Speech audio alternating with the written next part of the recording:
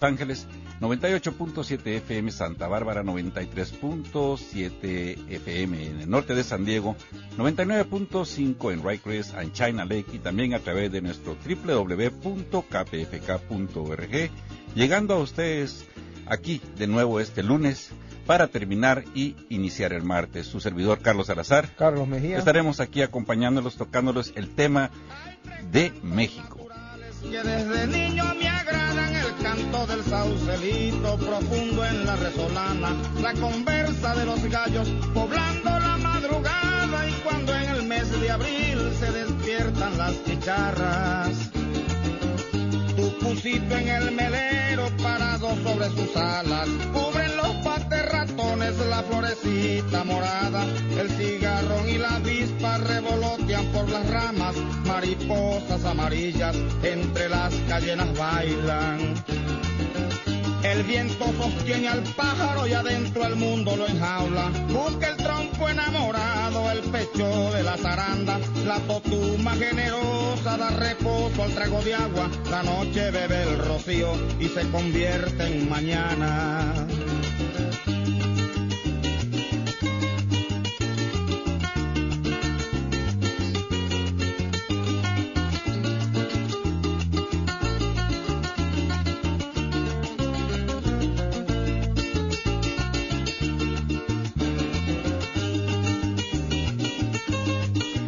Bien, querida comunidad, esta noche estaremos tocando el caso de Ayotzinapa y de lo importante que es entender el tema de la razón de las escuelas. Y también vamos a estar hablando de algo que viene y puede marcar alguna fecha histórica o algún tipo de reacciones en el día 11, 12 y 13 en la ciudad, en el país de Guatemala. Y también vamos a estar comentando algo que nos parece importante, y es lo que los padres le dijeron al presidente Peña Nieto durante su entrevista antes de que se dieran las últimas reacciones. Pero lo más importante que nosotros quisiéramos resaltar es la cuestión de qué es lo que realmente significa el hecho de que sean normalistas, estudiantes. Para eso tendríamos que entender qué es lo que significa Ayotzinapa también, qué es lo que significa la Normal Burgos. Y eso me trae a mí muchos recuerdos en Guatemala, la Akeche, el Instituto Normal, la Central, el Instituto Belén, el Inca. Increíblemente, no hay... como dijera yo, no hubo un parado a toda esa historia de represión hacia los jóvenes, hacia los estudiantes, que lo que pretendían y siempre han pretendido es una mejor educación más justa, igualitaria en condiciones entre colegios privados y nacionales, y lo más importante, una mejor educación, Carlos. Claro que sí, pues la historia se vuelve a repetir una y otra vez. Esto nos recuerda lo que sucedía en los 60, los 70, Carlos, en los 80, y más atrás, según la historia. Y realmente, pues, es consternante cuando se ve este tipo de situaciones. No hay propuestas, Carlos, con respecto a este tipo de situaciones. Siempre terminan en lo mismo, en una comisión de la verdad, perdonando a los genocidas, llegando a acuerdos, y cuando realmente lo que se necesita es la refundación de estos países, desde todas las estructuras arcaicas, la corrupción, la política corrupta, la política que promete y no cumple, la falta de transformación de estas sociedades, Carlos. Correcto, y que muchas veces, en el peor de los casos, ha ido absorbiendo a todos los movimientos que en un momento dado fueron bandera de lucha por la justicia en los países, ¿no? Y eso es lo más lamentable que puede darse, y que definitivamente escapa muchas veces a la lógica de uno, porque es tan sofisticada la manera en que se ha expandido el control y la manipulación, ¿no? Y eso deja reflejar también la razón del porqué del descaro y lo impune de las declaraciones en México, en el país federal, ¿ves? Eso de que mienten abiertamente y no dan un paso atrás. Exactamente, mira, es triste ver todos los movimientos del pasado, que realmente han terminado como voceros financiados por entes extranjeros en ONGs, con un léxico revolucionario, pero que no llegan a ningún lado, Carlos. Y muchas veces con características un poquito más profundas. Pero para seguir hablando de esto, vamos a ir a escuchar el siguiente audio que nos dice a nosotros el valor y al mismo tiempo qué es lo que significa la Normal Burgos allá en Ayotzinapa. Escuchemos. En esta comunidad de Cliaca vemos que hay muchas carencias. Es una comunidad rural. Vive prácticamente de las labores del campo, de la agricultura. Es una economía raquítica. Viven en condiciones deplorables. La gente es muy pobre, a veces tiene muchas necesidades, muchos no tienen baños, las casas son de cartón, no tienen piso. Oh, es muy buen maestro. Gracias a él, mi hija lo sacó adelante. Los maestros rurales suelen identificarse con las realidades sufridas en las comunidades más aisladas de México. Son estos lugares los que normalmente se les asigna para dar clase a los niños más humildes del país. Que la realidad que yo viví de niño, pues se refleja todavía en las comunidades, en los niños que llegan a diario en nuestras escuelas. Que en las comunidades rurales están olvidadas, porque realmente nosotros como maestros rurales venimos de familias humildes. Si no hubiera los maestros, los niños no iban a poder estudiar. Para que sean alguien en la vida, eso les va a servir. Cuando sean grandes no van a andar trabajando así de peones. Ajá. Con esa idea, pues nos vamos a la normal, formadora de maestros, ¿no? Y principalmente pues a las comunidades rurales a donde nos mandan, pues siempre son las más apartadas. Si la Escuela Normal Rural de Ayotzinapa no hubiera existido, o yo no hubiera tenido conocimiento de ella, prácticamente pues yo no hubiera estudiado, no fuera licenciado en educación primaria. La labor de los egresados en las normales rurales es vital para estados como Guerrero, que sufre uno de los índices de analfabetismo más altos de todo el país. De ahí la importancia de un lugar como Ayotzinapa. Una normal rural es un centro educativo para formar maestros que vayan hacia las comunidades rurales. Así surgieron con ese propósito. Estudiamos alumnos de bajos recursos económicos y de todas las regiones del estado. Son internados en donde los alumnos estudian y trabajan. Y tienen que capacitarse, muchos son indígenas, campesinos, saben sembrar la tierra, saben hacer las labores del campo. Un requisito para ingresar a esta normal es ser hijos de campesinos, hijos de gente humilde.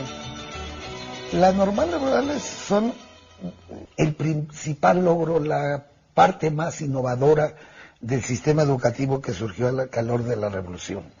Llegaron a existir cerca de 40 normales rurales a lo largo del país, pero la más emblemática por su historia en las luchas sociales es la Raúl Isidoro Burgos, en Ayotzinapa.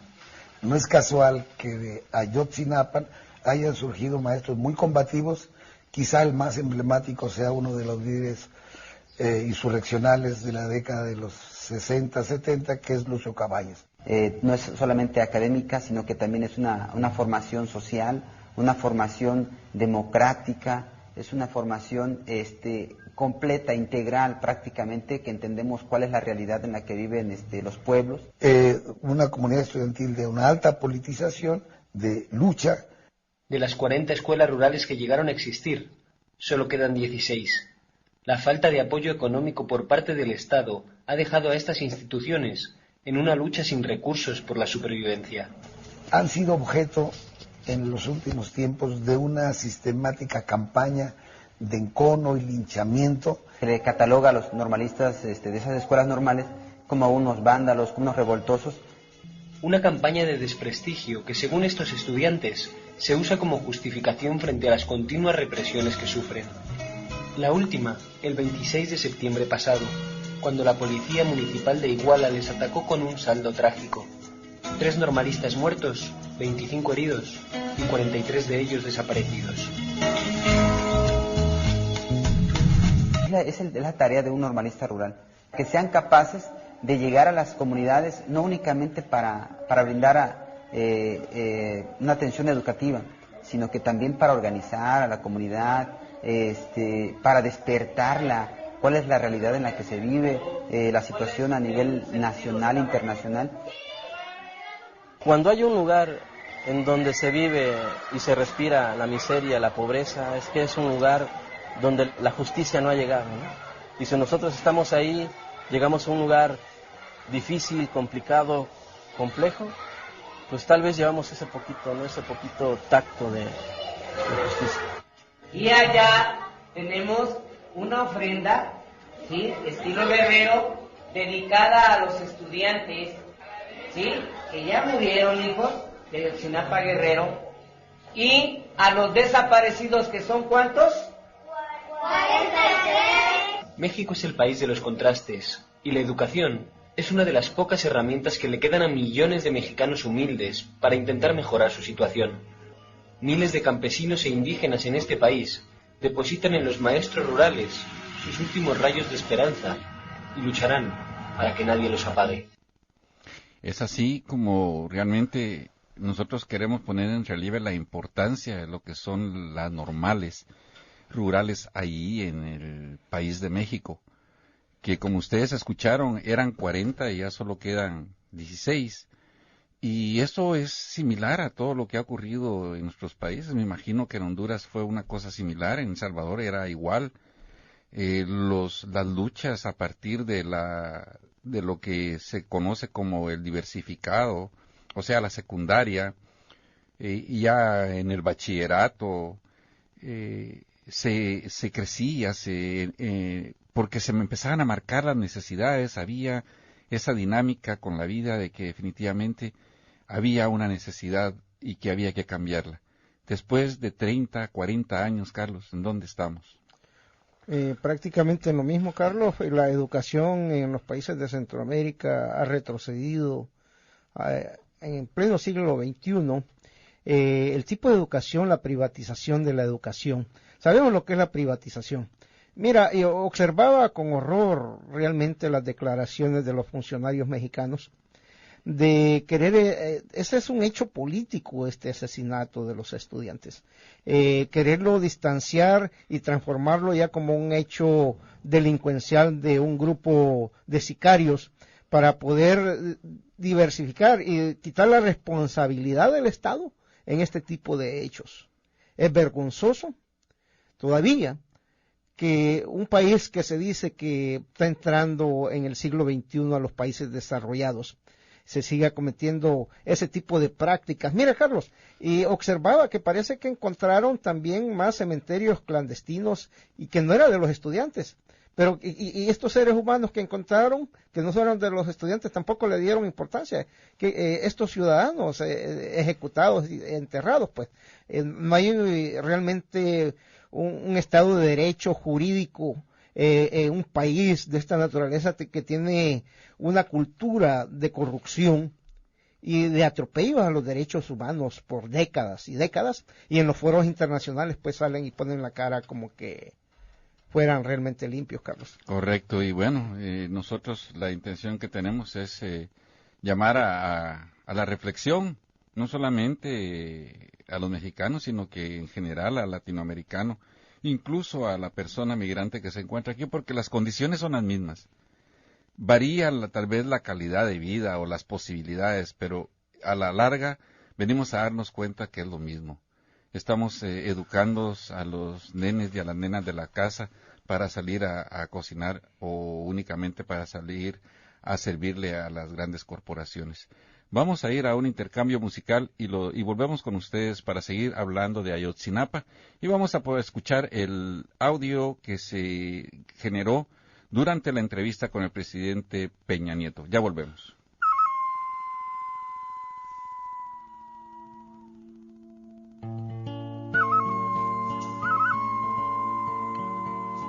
Queremos recordarle, querida comunidad, están escuchando Caminando por Mesoamérica aquí en su radio KPFK.